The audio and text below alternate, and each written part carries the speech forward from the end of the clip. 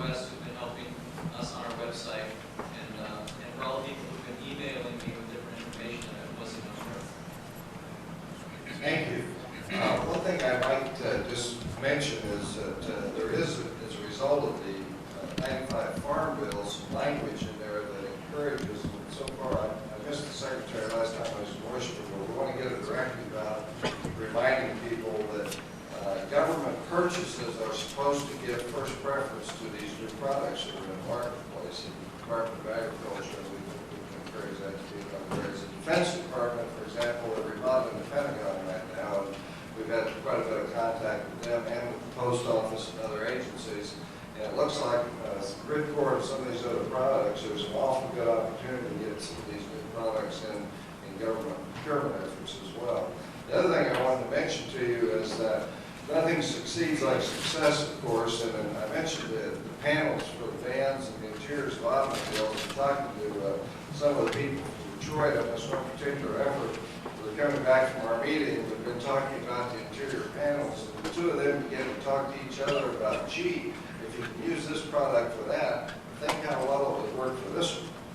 And then the other would say, yeah, if it worked for that, then you get this kind of synergies going back and forth with new ideas and concepts of new materials that people really haven't thought much. The 54 projects that we have funded through the Art Board, the biggest single failing in all of them is not the technology, it's a creative marketing ability. And as chairman this year, I've told our board we're going to talk about it in a couple of weeks. I think our resources is next year we may be taking a new look at some of the old projects and see what we can do to get them into the marketplace. I think we'll do well in investing in a lot of new technology. Well, I think we've reached our time for our photograph. So we're in the hallway and across the street. The photographer is out there. Let's all give a picture taken and be back as soon as possible. Here we are. Come good.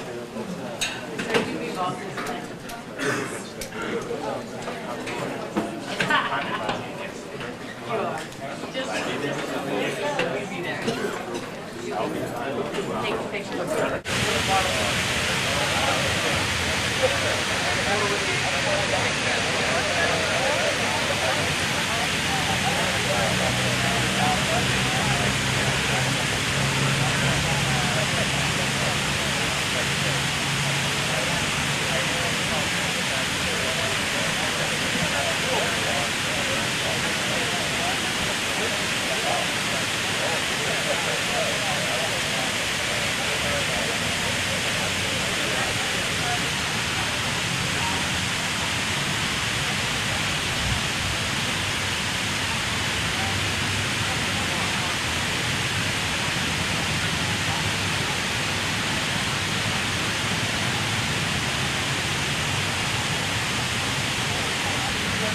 Oh, it's just going to leave this running.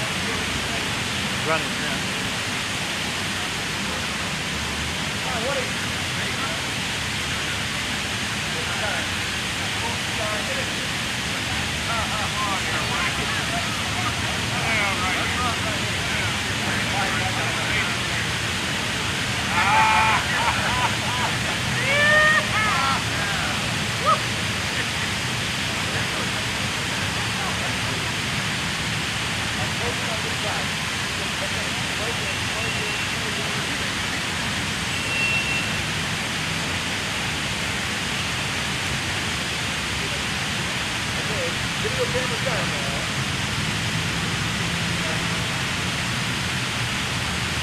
Smile now.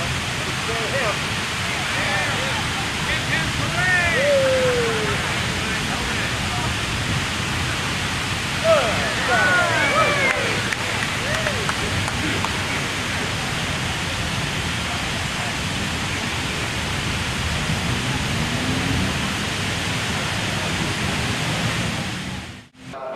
Commercial applications for hemp oil and seed. Biodetergents, body care, fuel, foods. So, John, over to you. Great, thanks, Jeff. I'm just going to pass this board that's manufactured along to people who are interested. Please don't turn it back up here. You might enjoy just a quick show and tell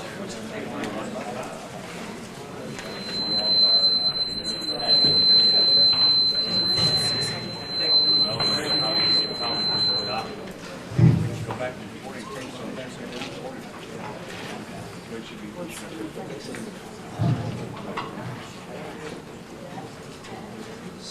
people like the hemp cheese. Yeah. Good. Smells bad.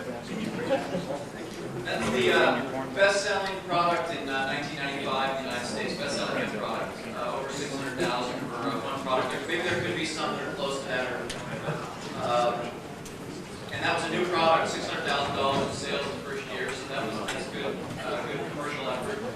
It's manufactured by Sharon's Finest, and they were out of Northern California. They were nice enough to send a case out for us. The hemp seed and hemp oil offers some really exciting applications, and one of the things that I really like about, besides some of the benefits of the products and things, is you don't have to build these large processing facilities to get going. You can start with 10 acres, an acre, 50 acres, and build up slowly. Entrepreneurs can get involved in it, and we can learn from some of the existing seed processing industries in terms of crushing oil and also food processing. So we don't have to reinvent the wheel. The technology is there, or pretty much. There could be some new improvements, and that's much easier. And essentially, I think if you're a farmer, I'd much rather have 100 tons of hemp seed to sell than 100 tons of fiber, sitting in a field in the middle of out in a rural area. So market application, the hemp seed and oil definitely offers some good applications. Not to discount the fiber, but as we get going, until there's processing facilities, the hemp oil and the seed offer excellent markets. There's a range of different products from these different materials. One is in terms of the oil, the body care market is really a great market for this. And there's many products that are demonstrated out here. Here's some hemp soap from the oil, basically crushing the seed from the oil.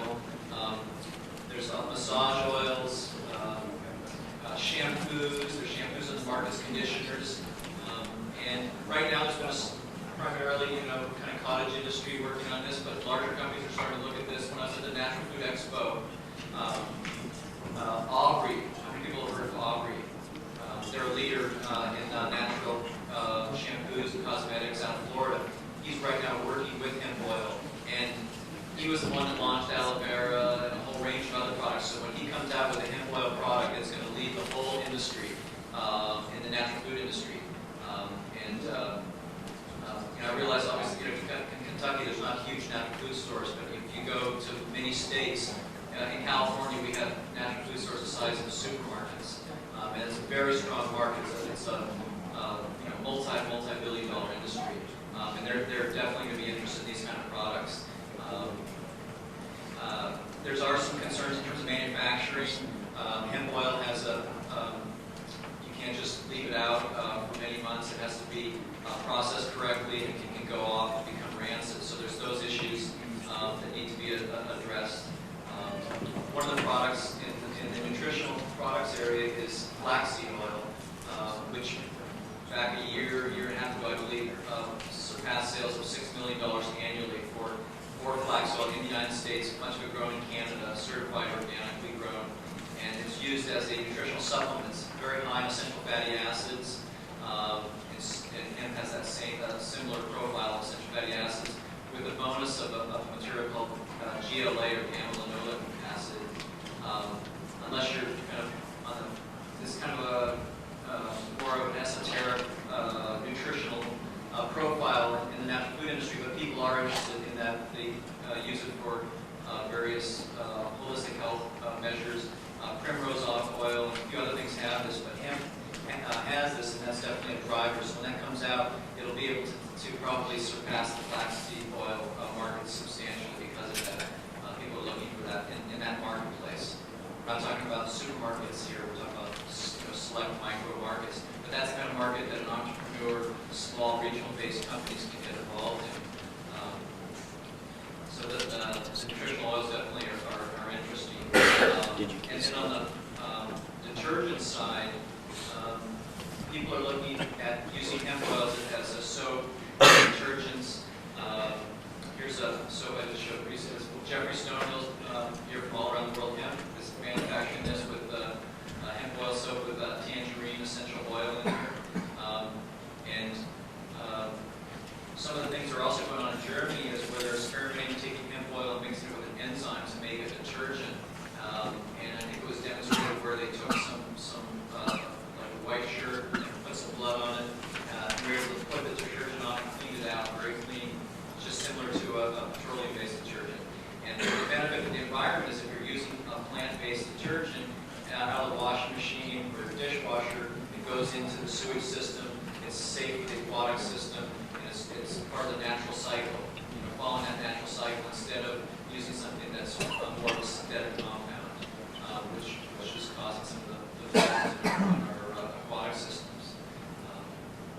So the detergents offer some interesting applications. I think we'll kind of watch what Europe does and see how we can introduce that into the North American marketplace.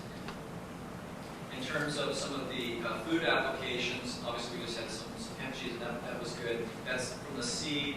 As many people in the food industry involved in hemp like to say, whatever you can do with a soybean, you can do with a hemp seed. And people are interested in from several perspectives. From the nutritional point of view, hemp seed is high in protein, it's high in minerals, it's high in essential fatty acids.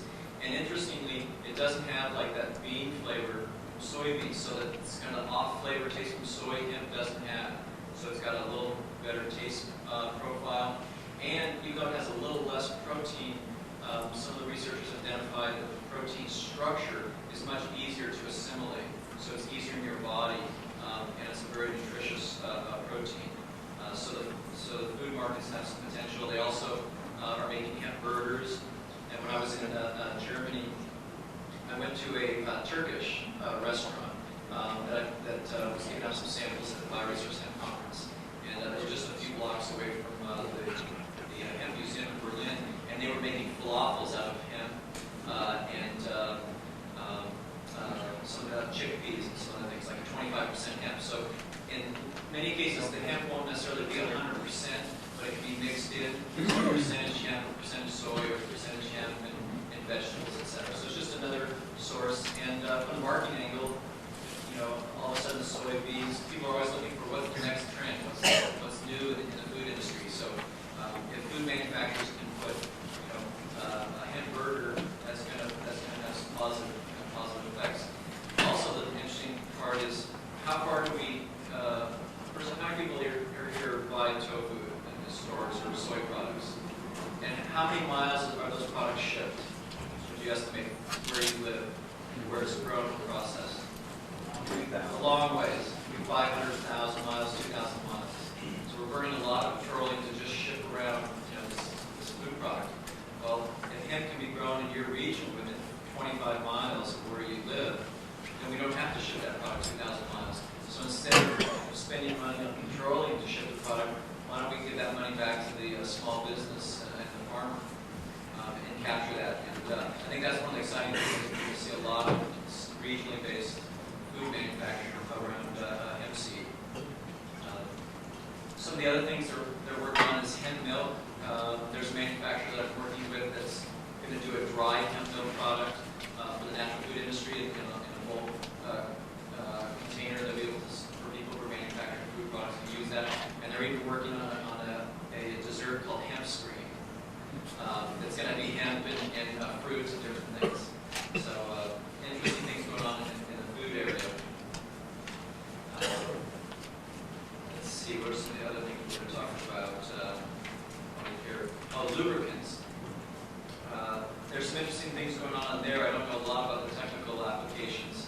But in terms of tractors, one of the, maybe it was Joe tells me this story about the farmer in Kentucky that used to, when he was a boy, his grandfather said, well, when we changed the crankcase oil with the hemp oil, everything, the grass would be fine. And now when we change it with the petroleum, the grass is yellow. He says, right there, son, that's going to be the ruination of us all. And they used to use hemp oil as a lubricant. And obviously it's going to have a harder time competing against petroleum right now at the price point, but there's certain applications, perhaps let's say marine environments where you don't want oil to get into the marine environment, so they pay a premium for that. And so there's, and also for instance, food manufacturing, if you want to use, you get a really high quality oil for lubrication. For food manufacturing, they're starting to find now like benzenes showing up in food products that are manufactured, even if they're grown on an organic basis, and they're having synthetics showing up in the food products in small amounts. So people are looking at that, so maybe there's some applications there. In terms of fuel, some people feel that hemp's going to be, we're going to make cheap gasoline. Other people think that that's going to raise off. I probably believe that to basically say I think there's obviously more research, and the fuel is a lower value-added product. The higher value-added products can be developed first, and maybe fuel down the road. And there's probably other people more qualified to talk about the fuel applications.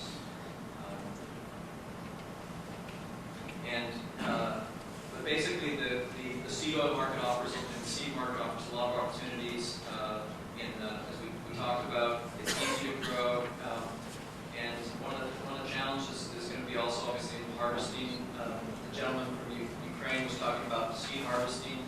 Right now, if you planted a lot of hemp for seed, it may be challenging with the equipment we have, so there needs to be some research on that for hemp harvesting. And obviously, we need to do that to develop a large industry for fiber. You've got to grow seed. Dave West is always saying, everybody's talking about, we're going to grow all this fiber for textiles and stuff, and what are we doing about developing our seed base in the United States? That's a big part right now. And so the seed oil and food markets, if you can grow seed, you can start to get cash flow on that products and develop your seed business. So I think there's some good applications there.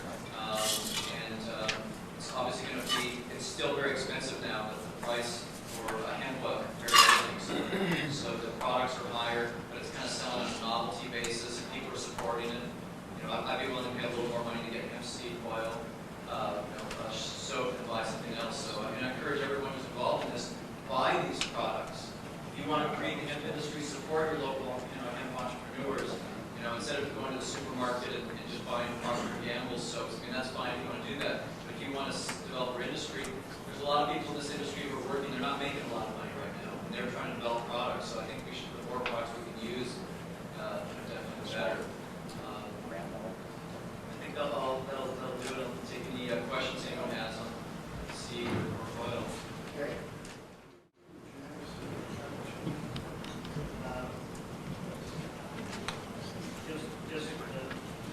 Just want to add that in Australia we've already got quite a lot of these things being produced, but we still have a big problem in some states with the law regarding the seed. But these products are extremely popular in Australia, which is it's a very health conscious nation, and there's a huge market for all eco products. And people pay premiums of up to 30-35% for a product that is certified organic or biodynamic. And we export products of that nature to Europe, where they will buy them preferentially every time. Conventional products are really rare in Europe because all the conventional manufacturers had to go to healthy products, healthy processes in order to keep their market share.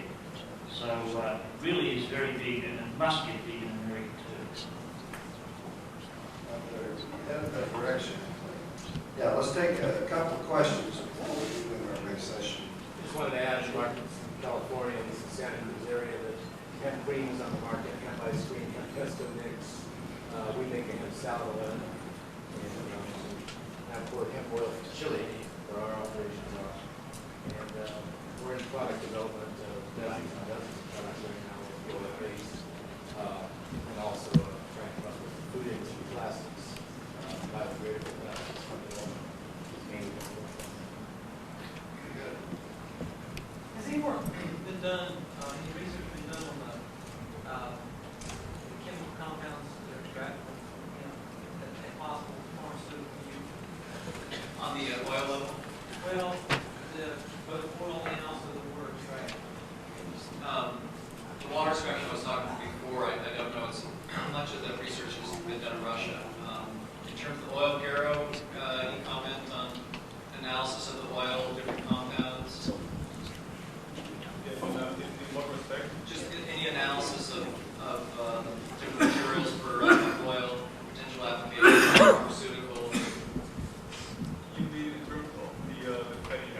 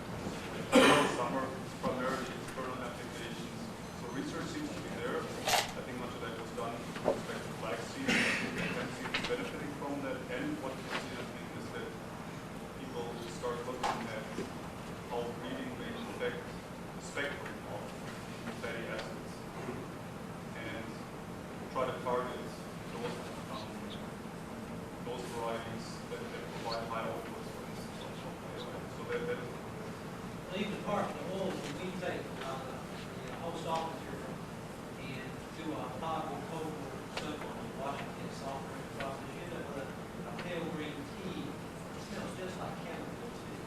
So, I'm just curious if people think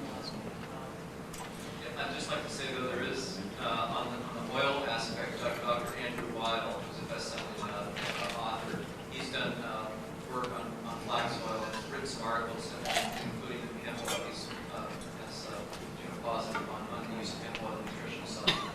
The other thing I did mention was hemp seed, the crushed seed of the meal.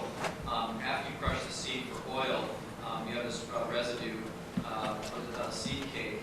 And there's a lot of interesting applications. People are looking at flours. The flax industry has been working with this flours and cookies and different baked goods. Maybe you might do, let's say, 20% hemp flour, the rest, let's say, wheat, etc., or flax. Wouldn't necessarily be 100% hemp because it's kind of a heavy one.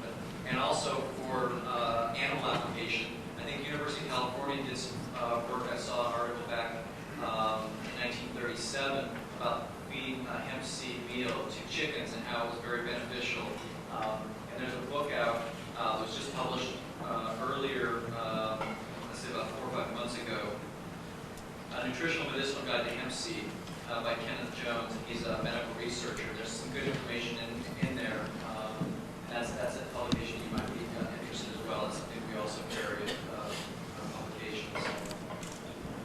Okay, I think we're going to need to move on. Let's get our panel.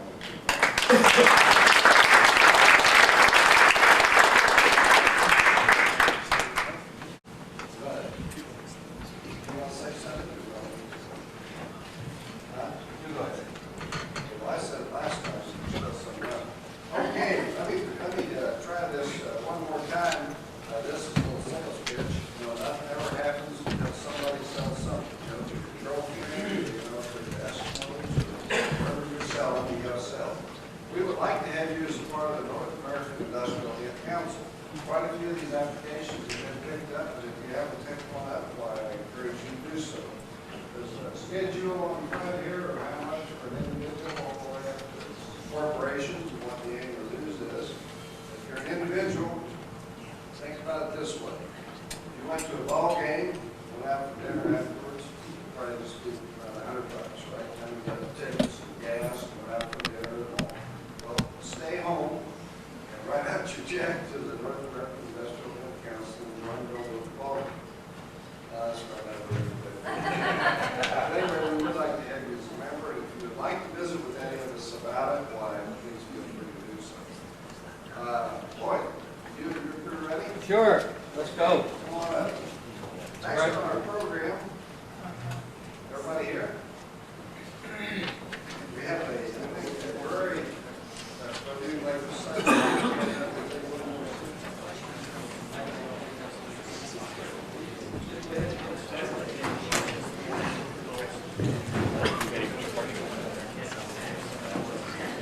I really don't. I really don't.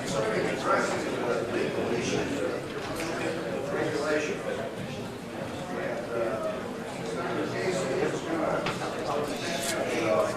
Discussion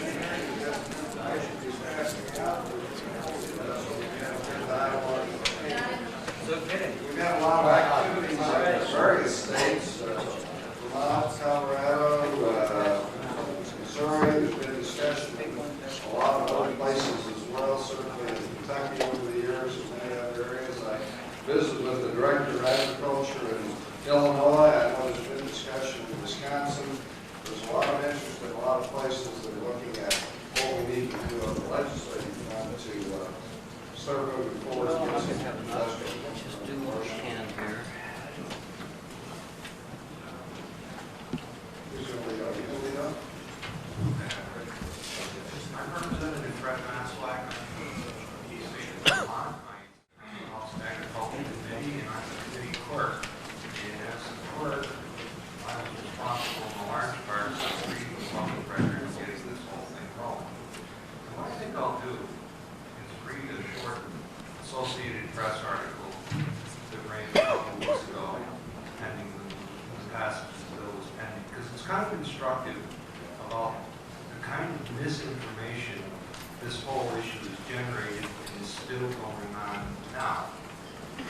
with that, I'll just start. It says, Dean allows hemp bill to become law.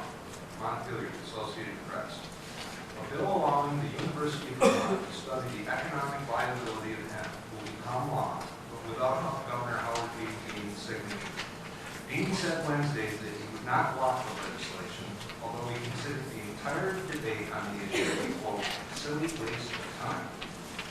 Some lawmakers had hoped to allow a limited amount of hemp to be grown in the state to determine which strains work best. But Dean vowed to veto that measure, worried that it would increase drug problems in Vermont. Marijuana is a byproduct of hemp, although the plant also has legal uses. It can be processed into cloth, paper, or food. Supporters of the hemp legislation argued it offered Vermont farmers a cash crop. Other states are also considering legalizing hemp. The governor said he doubted any study would convince him that hemp should be grown in Vermont, although he said he would keep an open mind on the issue. He said supporters of the hemp bill, which included Democrats and Republicans alike, were, quote, taken in by the legalization lobby. In the end, people didn't want to legalize marijuana yet, end of story. And I think that kind of illustrates what we're up against. And I think maybe the mistake that we might have made right along is when people say the word legalize, we should jump all over it. We in no way, shape, manner, or form were legalizing marijuana. That was not the picture at all. And maybe the picture that we need to paint is the accurate one, that we were in fact licensing. And the definition of license that applies here is a permission granted by a competent authority to engage in business, practice, or occupation otherwise unlawful. And that's what fits this to a T. And looking back with hindsight, maybe we should have done that right from the very beginning, anytime that the legalized cropped up. What we were up against in Vermont was the governor came out before we had a bill. He came out at a news conference. He was asked about this on the 24th of January. And he dumped all over it then. He was opposed to it then, and he's been opposed to it right along. And I can tell you from experience, if the governor's against something, you've got a long uphill road to hoe. And I suppose looking back on it, we were fortunate to get what we did out of there, but I don't think anyone really took the effort very seriously until the bill passed second reading on the 28th of February with a 108 to 33 roll call. And all of a sudden people were like, whoa, what happened here? Where did that come from? And it passed the next day on a voice vote and on the Senate. That's where we ran into big problems. And it started right in the Senate Agriculture Committee. The chairman was opposed to it, and I knew something wasn't quite right, but we couldn't put our fingers on it until he actually voted against it in committee. And I was fortunate that there's a pretty sharp member of that committee that we managed to get it out of committee on an adverse report. That's something that we don't do hardly at all. I think that's something usually, if it's not reported favorably or with no report, the bill stays in committee and dies. But that motion went on the table and it was made, seconded, and it had to be dealt with. And it came out 4-2 on an adverse report. But at least we got it out of committee. And when it finally passed the Senate, we had quite substantially different incarnations of the bill. We had to resolve that in conference. And when our conference committee report got shot down, we had to cut it.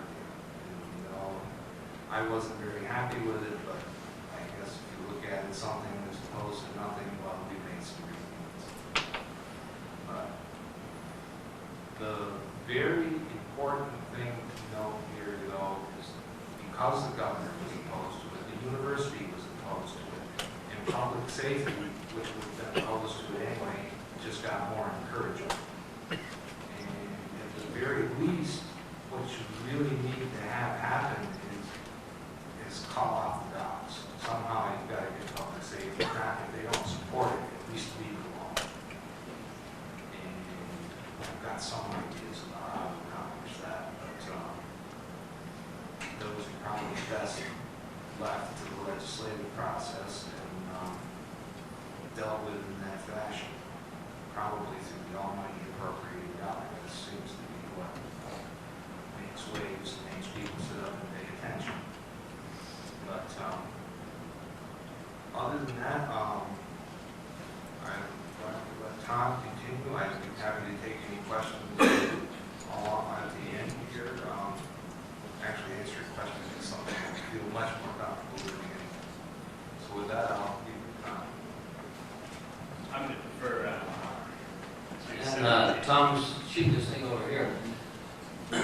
Without my knowledge of it, in 1945-46, I was wearing a Dungarees made out of hemp aboard the United States ship 6 BDD 502, and every line aboard that ship was made out of hemp. I didn't know that. I was just a 17, 18-year-old kid, thinking it was great to be in a war, which I later found out war is insane. But besides the point, in 1988, I ran for a Senate seat and I lost. And in 1992, the same two, me and the same other person, and I won that time. And at that time, that evening when we knew it was going to happen, my wife, who had wanted me to do it in 1988, kind of said, you know, you'll never do this again, will you? And, you know, in the moment of enthusiasm, I thought, I don't know, Grace, I'll never do this again. So I'm keeping my word and I'm not going to run again, but I've had the experience of 93, 4, 5, and 6.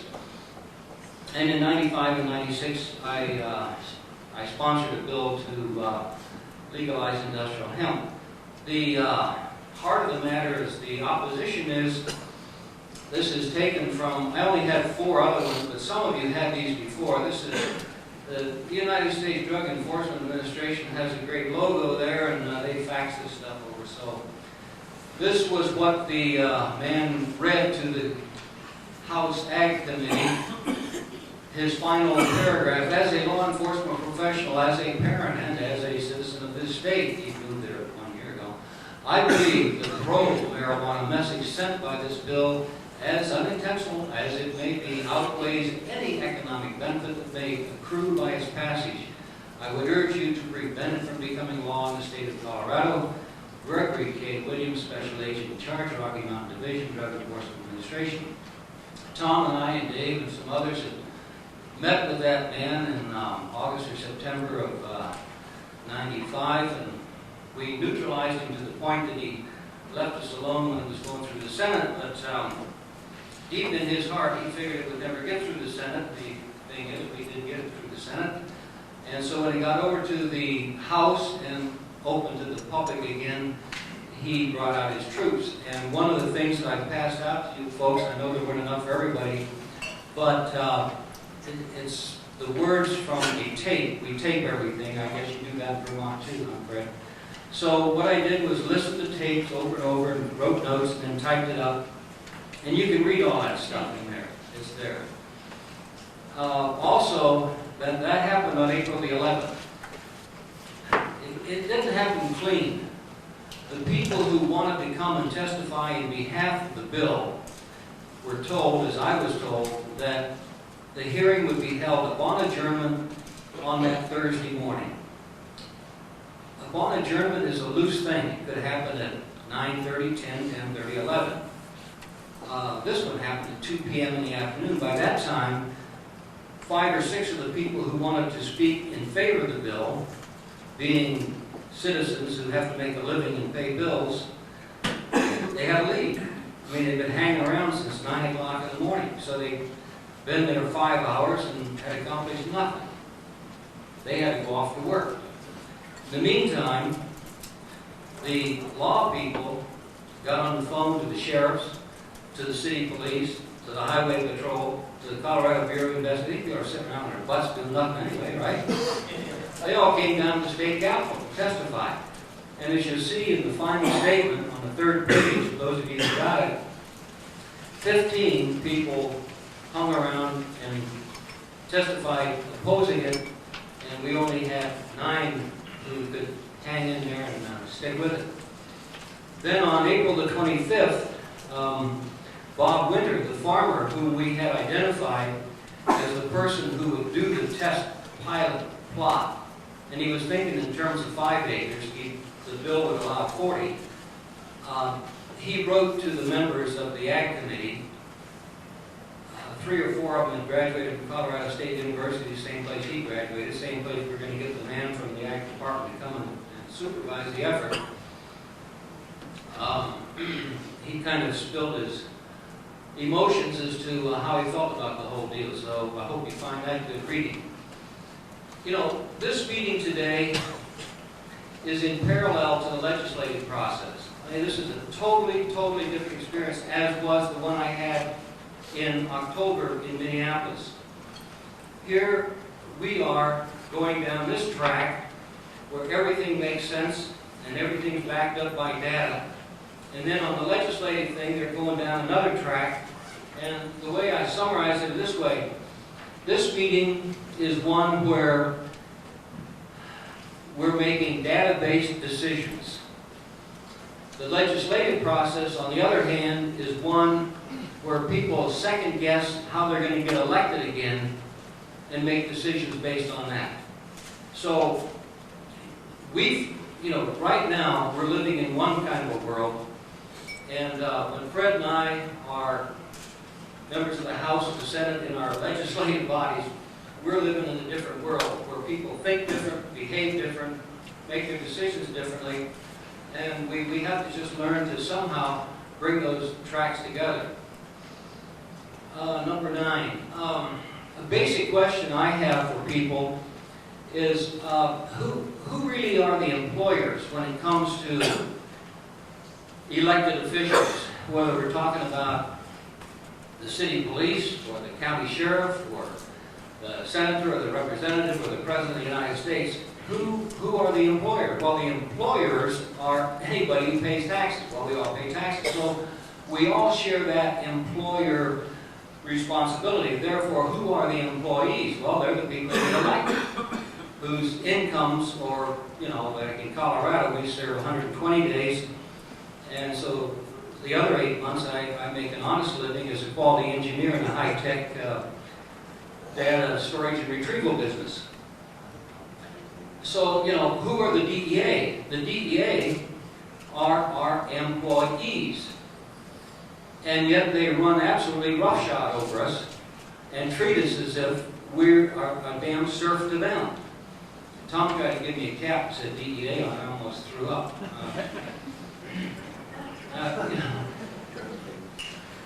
Oh, I make mistakes being what I get the point. I don't give a damn. I'm 69 years old. I have nothing left to lose anymore or win. So if I bother people, I really don't care.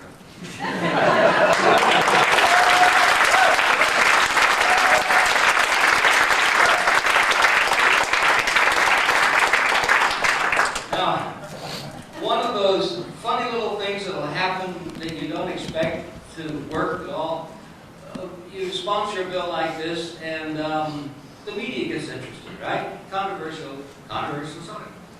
So they were there one day, and I've been thinking about one of those Rodgers Hammerstein, I think their shows. I love theater, kind of bounce around and amateur stuff for a while. Anyway, I got thinking about anything you can do, I can do better. I can do anything better than you. So, it just happened. Anything soy can do, hemp can do better. Hemp can do anything better than soy. And, they put that on the television. And that's all I heard for 2 weeks. Casey, that stuff must really be good.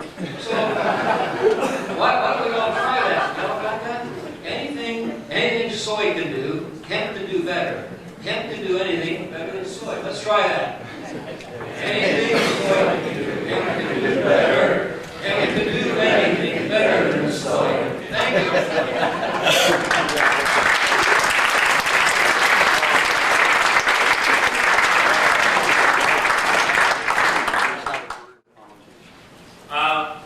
My name is actually have to use this device up here, so I'm gonna. I hope everybody's able to hear me if I talk without a microphone.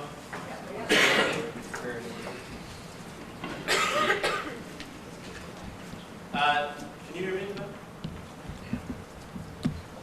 If you just indulge me, I see this device is set up here, so I figured somebody's got to use it, and nobody's used it that I've seen, so. You're going to have to forgive me for these analogies I use, but it's a factor of my education, and you Americans, your taxes pay quite a bit of money for my education, so I'm going to use a few analogies from military history. Sorry, it's what I learned. I know we're a peaceful group here, but these work. And there's two important concepts, because we are struggling for something here, and we are fighting an ideological battle, it turns out, too many times. But the first concept, made popular by Hannibal, recorded by a guy named Sun Tzu, perfected by Napoleon, enabled him to conquer most of Europe, and most recently used by NATO countries in a place called Fulda in Germany against a Soviet threat, is called interior lines. When you're outnumbered, but you have better equipment and better people, you can win a battle. Even if you've got, say, a large force arrayed against you, and you're small, you've got the superior people and superior equipment. You situate yourself in a position where they've got to come at you according to your terms. And because you're small, you can move faster and you can communicate better. So as they come forward, they can only get a few in at a time, and with your superior people and your superior equipment, you're able to head them off at the pass. And it works every time. Interior lines. And why I bring that up is because if you look around, this is a talented group of people, and it's an impressive group of folks. We've got information here about just about every aspect of this plant, from the seed through the planting, harvesting, processing, back to the seed again.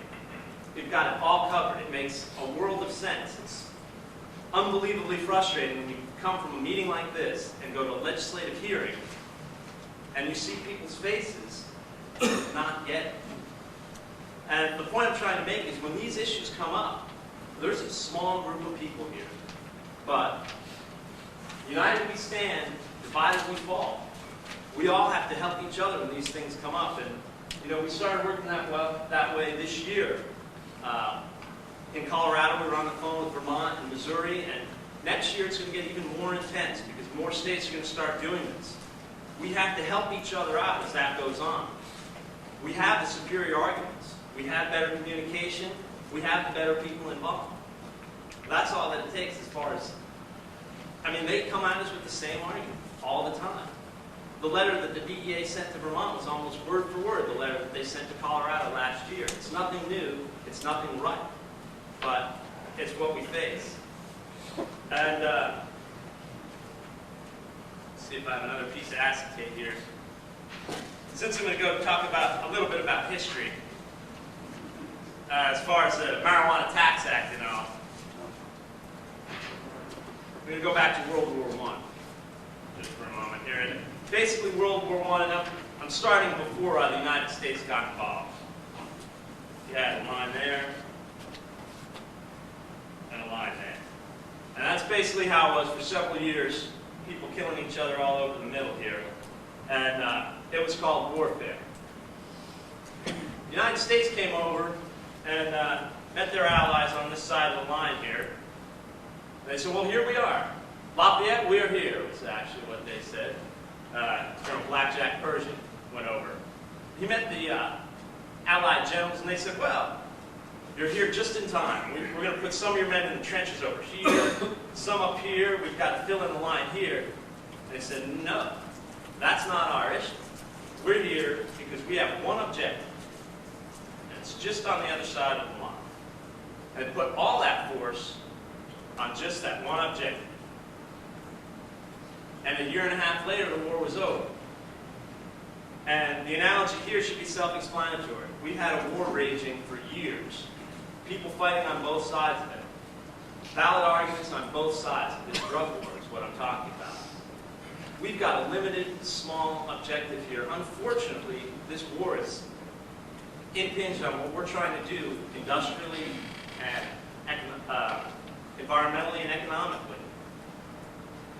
We've got to fight through this. I mean, that's what comes up against us. This is drug war rhetoric all the time, and that's not what we're talking about. And it's important that we don't get diffused into a discussion about that. We're talking about a product that is not a drug, never has been a drug. With that, I'd like to just read a few segments out of the history from the congressional record. Because one of the things you always see federal agencies coming and saying is that, well, there's no difference between hemp and marijuana. It's just, you know, we get back to the subterfuge argument. And since we're in Kentucky, I figured these quotes from former Representative Robeson of Kentucky in 1937 during passage of the Marijuana Tax Act. These were made on the floor of the House during the vote that passed. The question is this bill so drawn that it will not interfere with or injure the production of hemp for commercial purposes in a legitimate way? Mr. Robeson is assured by Mr. Buck, opponent from the Treasury Agency, this bill defines marijuana so that every legitimate use of hemp is protected. Mr. Robeson presses on. The gentleman from Kentucky, referring to Representative Vincent, is present. Kentucky is a hemp-producing state. I'd like to have a statement from the gentleman from Kentucky. Representative Vincent says, the industry was represented in the person of Mr. Lozier, and it was agreed that the language of this bill took care of all the industrial ambition. As we all know, Hemp for Victory happened during World War II.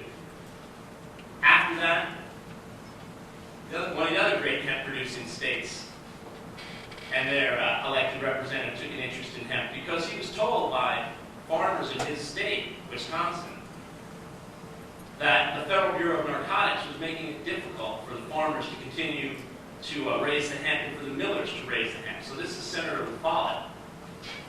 And what happened in 1945 is the federal government passed another law against criminalizing narcotics.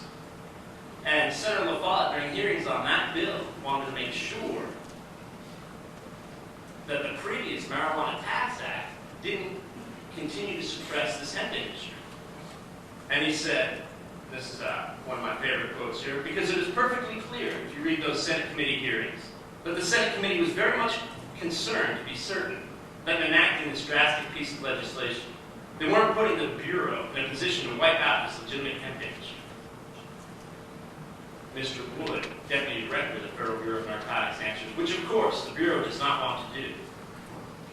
Still, Senator LaFollette insisted that an amendment be added to this narcotics bill, specifically protecting the hemp industry. He said during testimony on the Senate floor, I feel it's important for the country to preserve the hemp industry. I'm sure the Finance Committee was impressed with the importance of preserving the industry. I believe we've worked out an amendment which will not in any way weaken the power and control of the Bureau of Narcotics over traffic in marijuana. But at the same time, I believe the amendment will enable legitimate producers of hemp to carry on their activities. He was joined by senators from Iowa, Missouri, Kentucky, Minnesota, North and South Dakota, and Texas in agreeing that this amendment was imperative to the protection of the hemp industry and that the hemp industry was worth protecting. They sent that amendment over to the House, who had sponsored this narcotics bill, and the House rejected it. That called for a conference committee because Senator LaFollette stuck to his amendment. He said, no, I'm not going to have this bill go forward without this amendment. The hemp industry is that important. So they held what was called the conference committee. The representatives from the House and the Senate meeting to confer on this amendment. After that conference committee, Representative Robertson of Virginia, the sponsor of the narcotics bill, said this statement before voting on the House. Mr. Speaker, the major purpose of this bill is to bring new synthetic drugs of a habit-forming character under our general narcotics acts and to treat them as we do opiates. The hemp amendment was inserted on the Senate side. Both the House and the Senate were unanimous in support of the major provisions of the bill. We had a conference on the Senate amendment, and the conferees were unanimous in agreeing to accept the Senate amendment, feeling that it is necessary to protect the hemp industry without imperiling our control of dangerous narcotics. That bill was passed, that law remained until the Marijuana Tax Act was replaced by the Controlled Substances Act of 1970, which didn't change the law, used the exact same definition. There has always been a difference between hemp and marijuana under federal law. The DEA is just plain wrong in asserting that there's not. And it's an argument that's difficult to make to a legislative committee, but it's one that we're pushed and we're making it to a court at this point because there's no legal basis for their refusal to allow us to proceed with this industry. And I'm not sure the direction we want to take with the panel now, but I think we should definitely open up to questions. Comments too. Is that something you can take to, if there's gray areas, and that's something you could put, like the court system on? Yes, we're actually seeking a federal third-party judgment in Colorado. It was difficult to get, since this is a question of federal law, the DEA engages in a tennis-type game.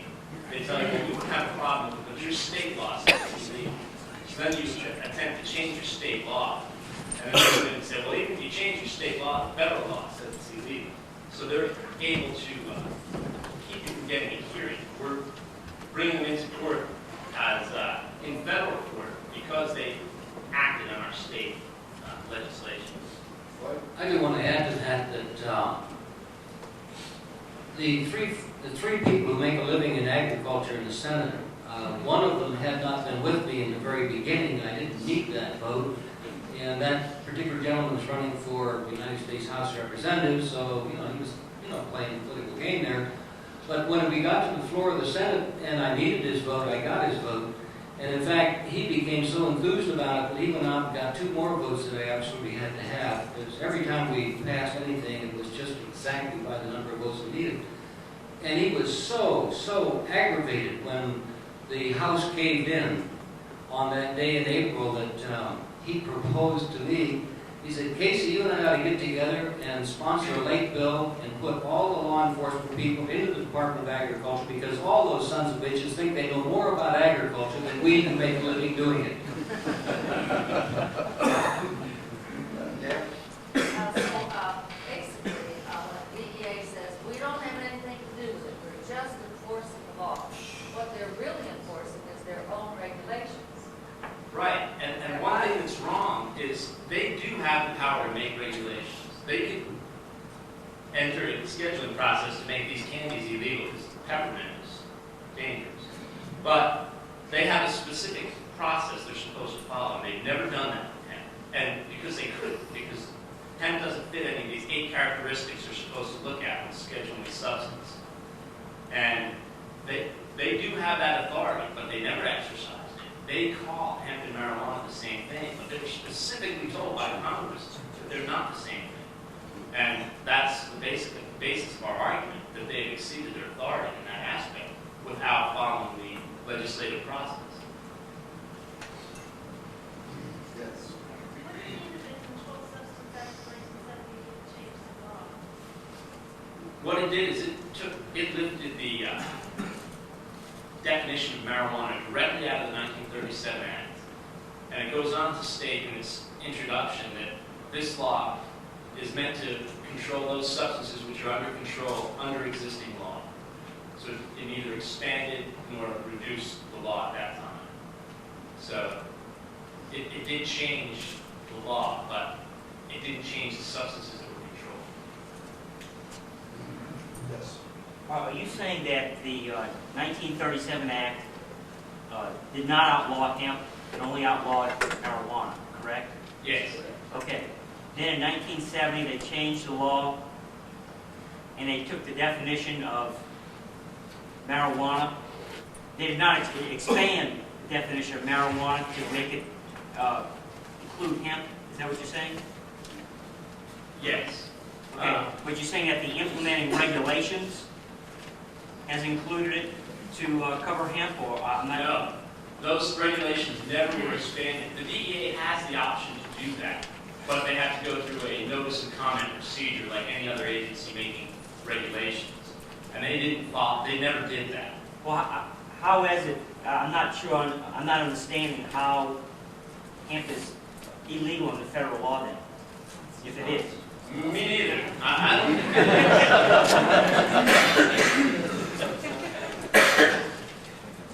Yes. Didn't the 1970 law, though, bring in the issue of THC for the first time? So it was only in 1963 that THC was actually identified. Well, they do add that to the scheduling. THC is a separate controlled substance. There's no definition of like 1%, 5%.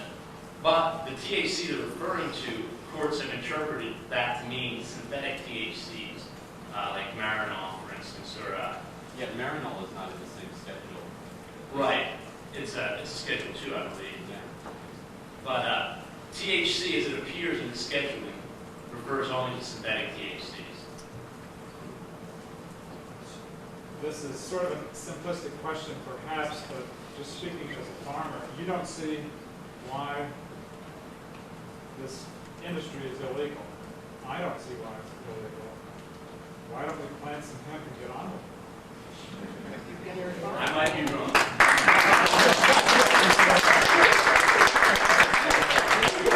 That's been done, and it has been found, and they go in with blowtorches and destroy the field. Well, why don't we? I'd like to know. Can we go farther with that? I'm just saying. Yeah, follow-up. Yes, a follow-up. No, Would it be possible to pressure the DEA to just, like, to choose a level of THC, like 0.1%, and declare that a crop and everything else is marijuana or whatever, just to distinguish between the two legally?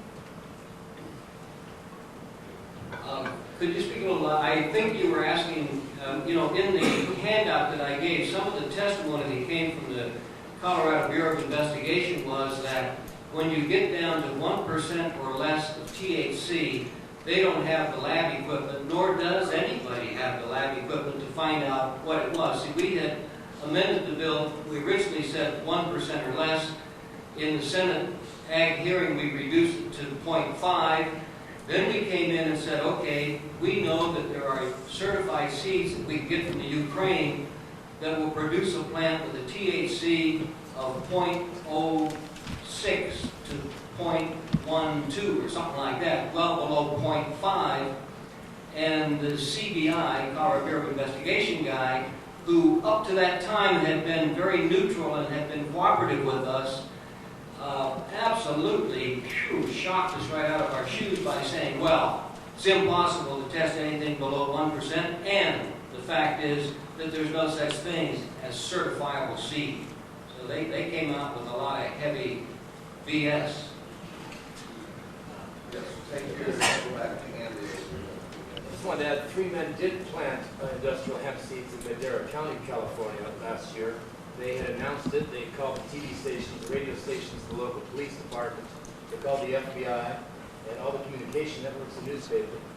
Same gentleman had sent President Clinton half a pound of marijuana, got a thank you from the White House. Went back to get arrested, called up CNN News, called up the FBI, local police department in Washington, D.C. They said, we received nothing from you. So they sent President Clinton 3/4 of a pound, got a thank you from the White House. Went back, they said, we're here to be arrested. They said, we received nothing from you. So they planted industrial hemp in Madera County. They were just acquitted by a Madera County jury, where hemp was always grown in Madera County, California. And most of the jury members were in their 50s and 60s, and some in the 70s that had a history of industrial hemp. They said, obviously, these gentlemen who are in the industrial hemp field would not be planting marijuana. They're calling up the police department, the FBI, and all the news, and they were acquitted of that case. Wasn't in fact hemp that they grew? Yes, industrial hemp. Well, the police stopped it after 30 minutes of planting. The intention was planting industrial hemp. The defense in that case was that they planted sterile seeds. Whether or not that's the truth or not, I don't know. You walk a very dangerous line. If it's wrong on this. Many people also say that a lot of those seeds were in fact marijuana. I mean, that wasn't. I believe for many people, the jury found them innocent of growing marijuana. So I don't know who your many people are quoting.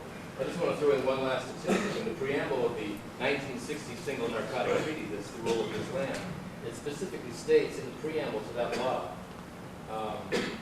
that marijuana for medicines must be made available to the people.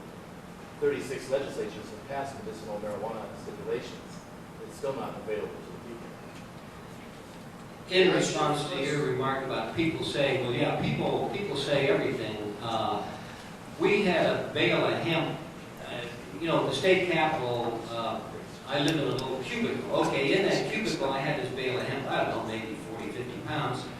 And we got a guy from the sergeant on the Denver police force who's a lobbyist down there, and he really loves it. It lets him be real puffed up and act, you know, more important than he is. So, I knew the guy in 93, 94, 95, seemed like a decent sort of guy. So one day I said, hey, Tony, for my hearing when we have the hemp bill heard at the Senate, I've got a bale of hemp. I got it from a man named Andy Graves in Lexington, Kentucky.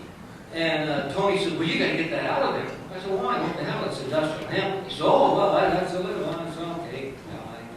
I picked it up, took it down, put it in the trunk of my car. And then I got a letter from Tom, who got it from Andy, a DEA letter from Washington, D.C., saying that that's legally imported industrial hemp fibers from Canada. Jeff is probably here. We probably bought it from Jeff back there. And so I figured, hey, I'm covered. I put the hemp back in the cubicle, Scotch taped the DEA letter to it. And I came back from a hearing, and the damn bale of hemp is gone. There's straw all over everything. And I said, what the hell happened around here? Well, Tony came and confiscated it, and you are in deep trouble. And now this world is going nuts. And so I tracked down Tony, and that was the next day, and I said, well, hey, Tony, that was totally ridiculous. Why in the world would you do a thing like that? He said, well, we checked it out, and there's THC in it. I said, well, show me the printout from the lab report. Well, people say anything. There was no lab done. There was no report. He was just talking off the top of his head because, he's a policeman and a big shot, he thinks. And I don't know what we're going to do. Then, of course, people started making jokes about it. You never get it back, Casey. The cops will all smoke and stuff like that. All I'm going to say is many people have questioned the origin of those seeds, and they still do. In the hemp industry, activists, alike, they did, and they still do. Hey, Andy, you had a comment? Yes. I'd just like to know if the two gentlemen up, Maslick and Lloyd, can tell me how one was successful and the other maybe wasn't. Is it related to the fact that you forced the governor into an action that he had to sign it because he had lots of things that he wanted, or what is it? What do we need to be doing in this state so that I can be up with Vermont? Well, one thing, that provision wasn't in the economic development. We let the conference committee take it out. It was useful to have it there for leverage when the other bill got killed off in the Senate. The first conference committee report got voted down on a 15 to 14 vote. So we still had it in the S311, the economic development bill, and it was at that point, it's like, we want to, you killed our bill off, and now he wants to take it out of here. It's not going to happen. Get rid of it. You're going to have to appoint another committee of conference. And if we didn't have it there, we wouldn't have gotten that second committee of conference. And we wouldn't have gotten the compromise that we did. But getting back to your original question, the salient difference between Vermont and Colorado is in Vermont, that I've been listed as a sponsor of that bill. I was not. The Committee on Agriculture was the sponsor of the bill. It was a committee bill. It was a committee effort. And it carried much more weight than an individually sponsored bill with 75 co-sponsors on it. It doesn't carry the same kind of weight that the Ag Committee coming out with the bill itself. And that carried a lot of weight. But we don't even have that in this state. You have, an individual has to introduce the bill. I've already been through that with them. Well, your committees can't introduce bills? No, not in Colorado. Oh, I wasn't aware of that. I tried that mechanism. Well, then what is your, the next best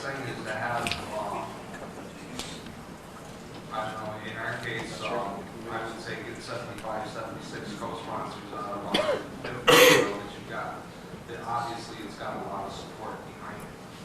So what we did, because we went that route, it gathered a lot of support for it, because just because there's a lot of people in the body that respect the committee process, and if the Ag Committee is behind it, we had it came out of the Ag Committee on a 7-3 vote that indicated a lot of support for it to committee, and that made a lot of difference. Do you have any conversations with DEA, like you did in Colorado? To some degree initially in the House, but we went to the policy people in DC and heard from them by a conference call the day before DEA came into our committee to testify. DEA really, frankly, frosted a lot of people because what the resident agent in charge did was write a letter to the Speaker of the House directly trying to kill the legislation before we even had a bill. And it struck the Speaker, I think, about the same way as it struck me, because he wrote a one-sentence reply to the guy, thank you for your interest. And from there, I got the agent on the hot seat when he was there testifying. He took up the matter of his letter, because I insisted to Agent Bradley, they don't give you a secretary in that office. There's no secretary's notation on here. What's the nature of this communication? And he thought fast, but wow, I was writing it in my capacity as a private citizen. I said, and you didn't see any problem with putting your private communications on a DEA letter, did you? Oh, if you don't like it, well, you're going to take it up with the U.S. Attorney. I said, believe me, I will. At that point, I'm mad. And it went there. And he was foolish enough not to leave it there. He brought that same communication up in the Senate hearings and kind of flipped me on again. But DEA wasn't the problem as much as our public safety people were, because the governor was against it to begin with. So what that did was give them all the encouragement they needed. DEA was kind of the background type of thing. Let's, Boyd, I think, want to make some comments on this. Since this is an international conference, I was wondering if Tom or anyone else here could enlighten me and the others how we could use UN law, which specifically says that hemp can be used for commercial and horticultural purposes, as well as GATT. Do they not both take precedence over the DEA's position? Well, precedence is a difficult word, so I wouldn't say international law necessarily takes precedence, especially in the United States. We're kind of quirky. We follow the international laws we like. But the treaty does say specifically, like you said, this convention shall not apply to the cultivation of cannabis for industrial or horticultural purposes. And the Controlled Substances Act, and just a little bit more of history, 1919, it took a constitutional amendment to prohibit a substance that was alcohol. And that was a constitutional amendment. Absolute failure.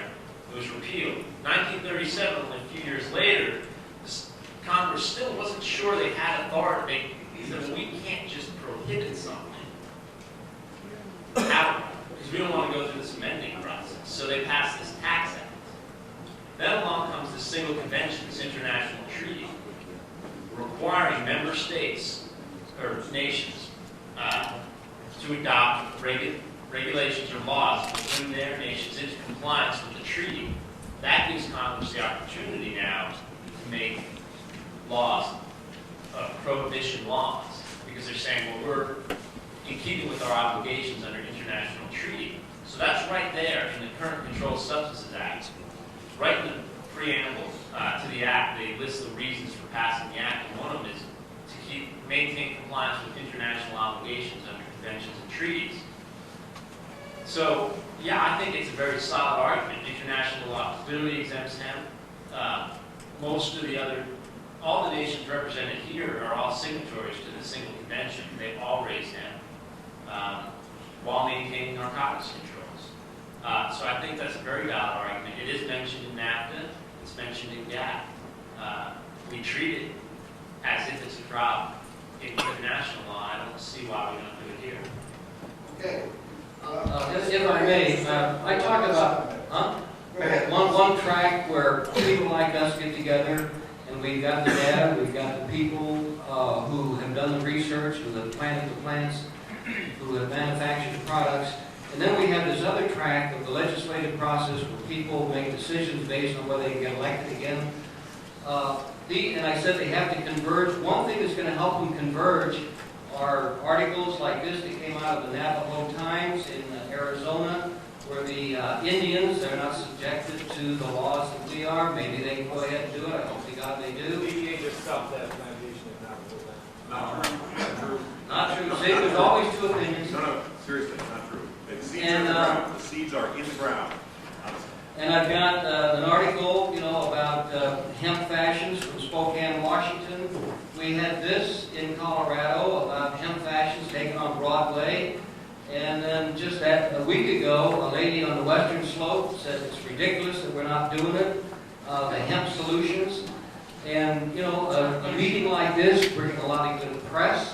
We're getting a lot of good coverage. And every place they've ever done a survey, and this is in the states where we had bills this year, Hawaii, Colorado, Missouri, Vermont, and then you had your own survey in Kentucky, you always show from 70 to 80% of the general public who say, yeah, sure, it makes sense. Let's go ahead and do it. So we, in that sense, are in the majority. And the only way we're going to convince the legislators, the people running for office again, that you will get elected even though you do one of these things, is if, this type of thing becomes strong enough that they figure, hey, I can get reelected no matter, even if I do, it may even help me get elected. And I'm 90% sure I've got a good buddy who's going to run the bill in 97, so I think it'll pass this time. I really do. We tried it in 95, got one vote only first time out. We tried it in 96, we got all the way through the Senate process. We got 5 votes in the House in the face of horrendous crap. And Vermont got it all the way through. So I think 97 is going to work. We need about 10 or 12 states sponsoring the bills. It'll work.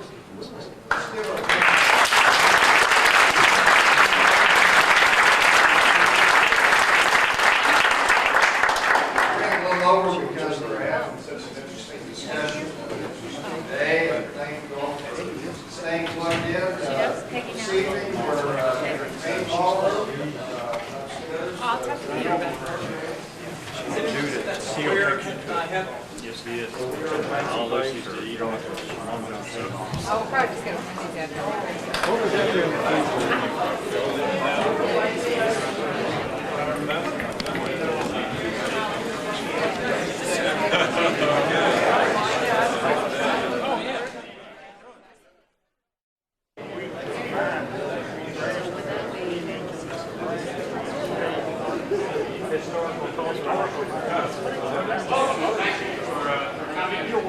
We're going to start now. We tend to be competing with a wonderful rock concert in the same building.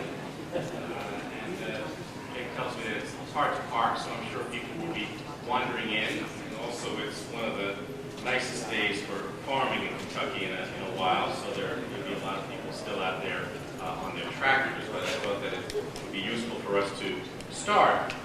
My name is David Morris, and I work with an organization called the Institute for Local Self-Reliance, and I think a lot of what you're going to hear tonight is about local self-reliance at its best.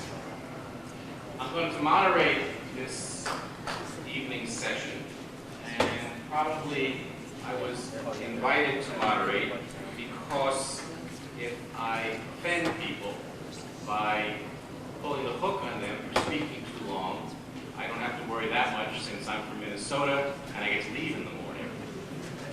Right, so a good moderator is one that moves on to the next town quickly. Earlier today, the Kentucky Hemp Growers Cooperative hosted a path-breaking event. 75 people from 8 countries came together to share their knowledge about industrial hemp. And that group included farmers who are growing hemp on 3 continents, engineers who have designed better equipment for harvesting and processing hemp, businesses, both large and small, who are making everything from clothing to food to cosmetics from hemp, and last but not least, politicians and activist citizens who are trying to change the rules so that the United States can participate in what may be one of the most momentous changes in agriculture in history. Tonight you'll hear from 12 of these participants. We have a large number of speakers and a relatively limited amount of time. So I would like each presenter, and I'll hold you to it, to speak for no more than 10 minutes. We will have 6 presentations and then a half hour of questions and answers from the audience, and then 6 speakers and a half hour of questions and answers. The first speaker is Woody Harrelson.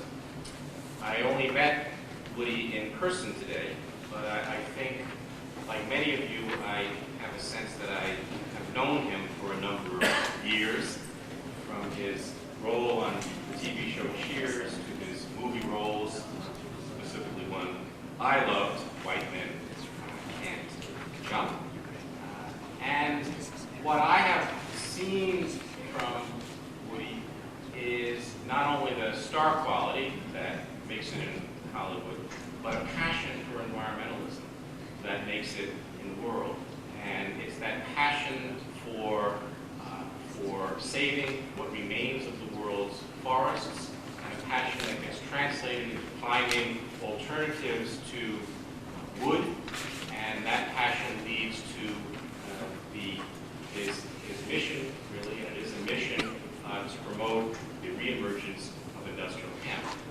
Woody has a unique capability, I think, of making people laugh while they think, of being able to talk to 5th grade students and talk to PhDs about a new subject, a subject that's relatively complicated, and the United States, a subject that until very recently has been considered blasphemous in a way that's convincing. So I give you Woody Harrelson.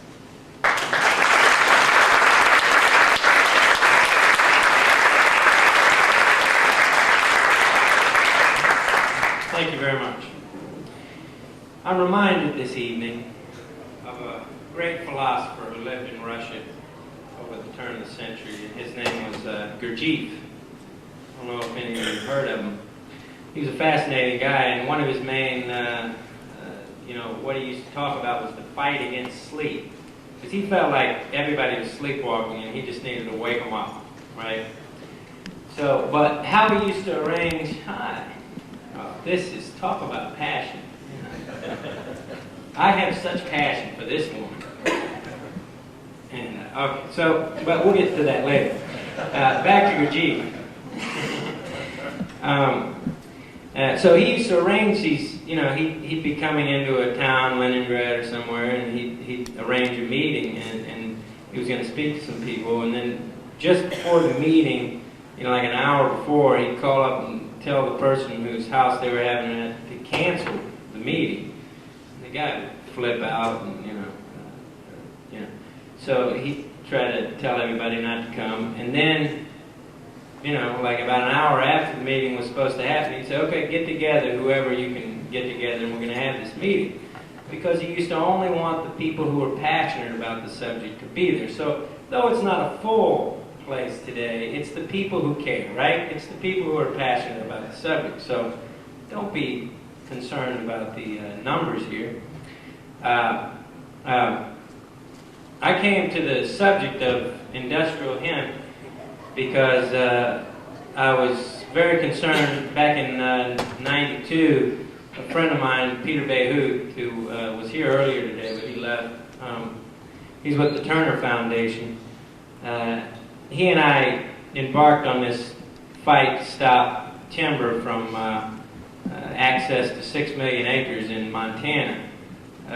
Ironically, since the passage of the salvage logging bill, they have the opportunity, the timber industry has the opportunity now to go into any national forest, and they're going into national forests average of 1 a week, and they're just staking claims and clear-cutting old growth forest with no judicial review.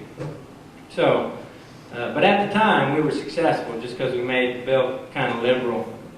And I had gone on Larry King Live, and I can't tell you how nerve-wracking that is, but you know, I went on, and my plea was basically, you know, please don't cut down the trees. It's not right. They're pretty, and you know, I had no real statement to make other than just a plea to humanity. But then I started to hear about industrial hemp and the multitude of uses for industrial hemp.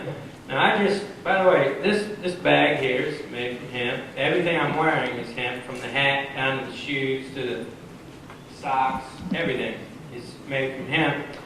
The multitude of uses include things like,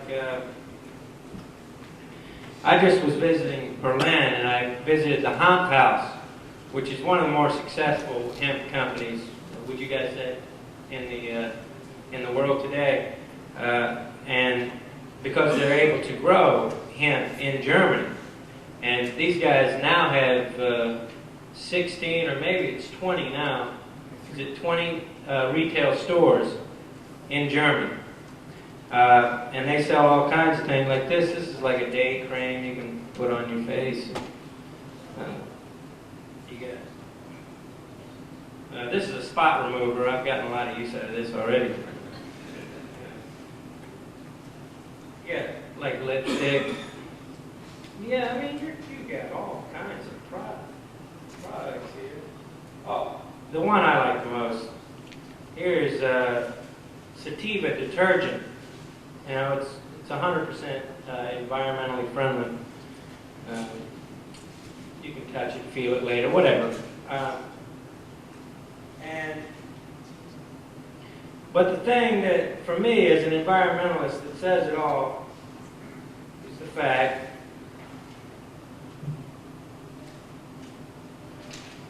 that this costs 4 billion trees a year. 4 billion trees. 70% of them virgin wood. And this costs no trees a year. So it's a simple equation to make. We got to go with the thing that matters, the thing that counts, the thing that's good for the environment, the thing that's particularly good for the farmer.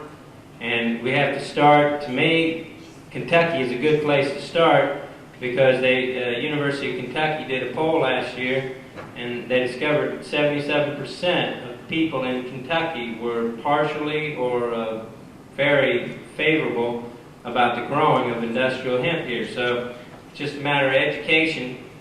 So without further ado, I'm going to shut up, and I'm going to have these people talk and hopefully do some educating. And thank you for coming.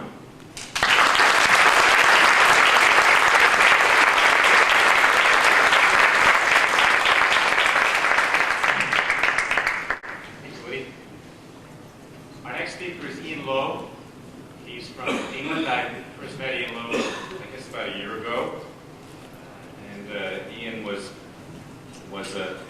coming in with a very large bale of hemp that his farmers grew in England.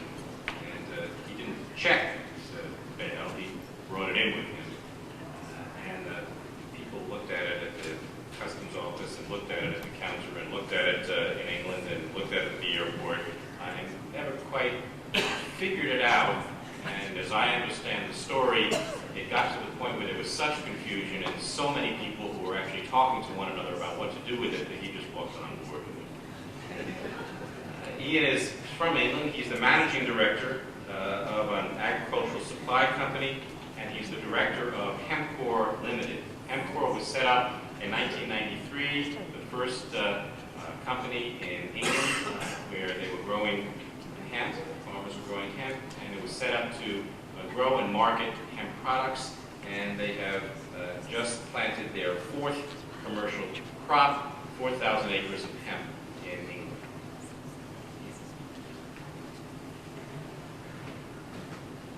Thank you, David. Ladies and gentlemen, it's a great honor to be here, and I'm very mindful of David's 10 minutes.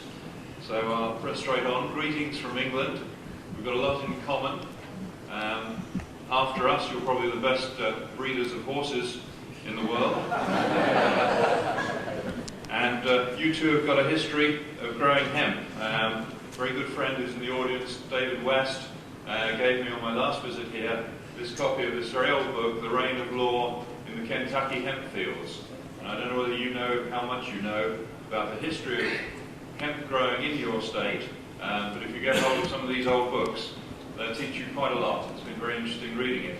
And even in the hotel, the first night I checked in, 2 nights ago, there was a sort of one of these glossy coffee table books sitting on the coffee table. I looked up in the index at the back, and there's a couple of pages in there on the history of hemp in this state and in the town of Lexington. So it's all around you folks, just as the same as it's all around us in England. We've got villages, Hempstead and Hemel Hempstead, named after the plant where it was grown throughout the Middle Ages to provide rope and rigging and sails for our Navy and all sorts of other materials that you can get from this plant. So it's all around us, it's not new, but we really want to revitalise it. Why did an agricultural company get involved with hemp?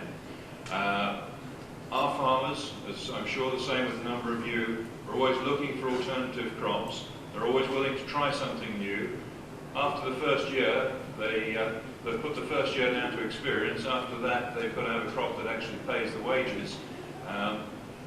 But farmers, I think, all over the world are looking for new developments. We are also very aware of the increasing interest in natural fibres. And in a temperate climate like ours, and I think to a large extent like yours here, there's very few choices of fibre crops in a temperate climate. Really, flax and hemp are the two possibilities open to us. And people are working already on flax in the UK, but we're really been the pioneers on hemp. And I think for a number of reasons there are attractions to hemp, though both crops have got a lot to offer. How do we go about it? First thing we had to do was to get a license.